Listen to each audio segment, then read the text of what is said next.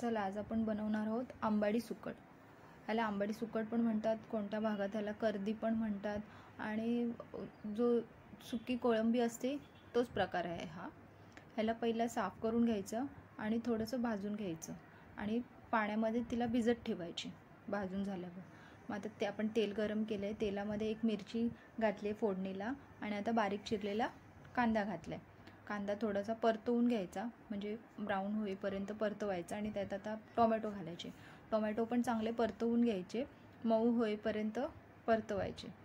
झाकण ठेवायचं आता ह्याच्यावर आणि हे चांगले परतवू द्यायचे। ते झाकण ठेवून आपण ह्याला वाफ देऊया। आता हे टोमॅटो आपले चांगले मऊसर झालेले आहेत आणि आता ह्याच्यात आपण सगळे मसाले घालणार आहोत।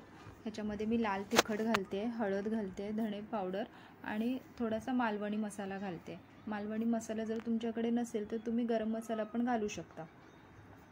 असं सगळं घालून सगळे आता हे मसाले आपल्याला मिक्स करायचे आहेत आणि परत ह्याला वाफेवर ठेवून द्यायचे। चवीनुसार ह्याच्यात मीठ घालायचे आताच, म्हणजे मीठ घातले की थोडं पाणी सुटतं तेलाला, चांगलं त्या मसाल्याला पाणी सुटतं, त्यामुळे आताच मीठ घालून घ्यायचं आणि ह्याला वाफ द्यायला ठेवून द्यायचं।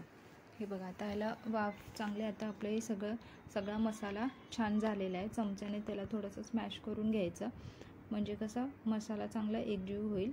आणि ह्याच्यात आता आपण जी भाजून भिजत घातली होती ना पाण्यामध्ये सुकट, ती घालायची आणि ह्याच्यात मी एक बटाटा घातलाय।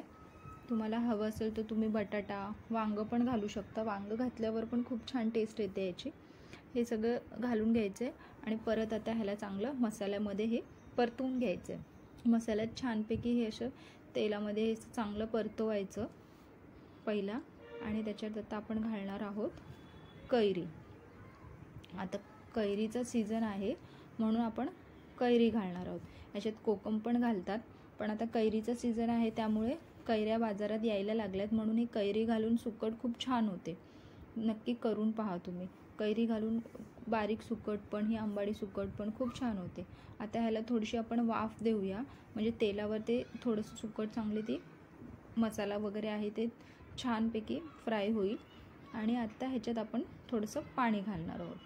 तुम्हाला हवं असेल तर तुम्ही घालू शकता, नाही तर तुम्ही अशीच वाफेवर शिजवून सुक्की पण तुम्ही बनवू शकता।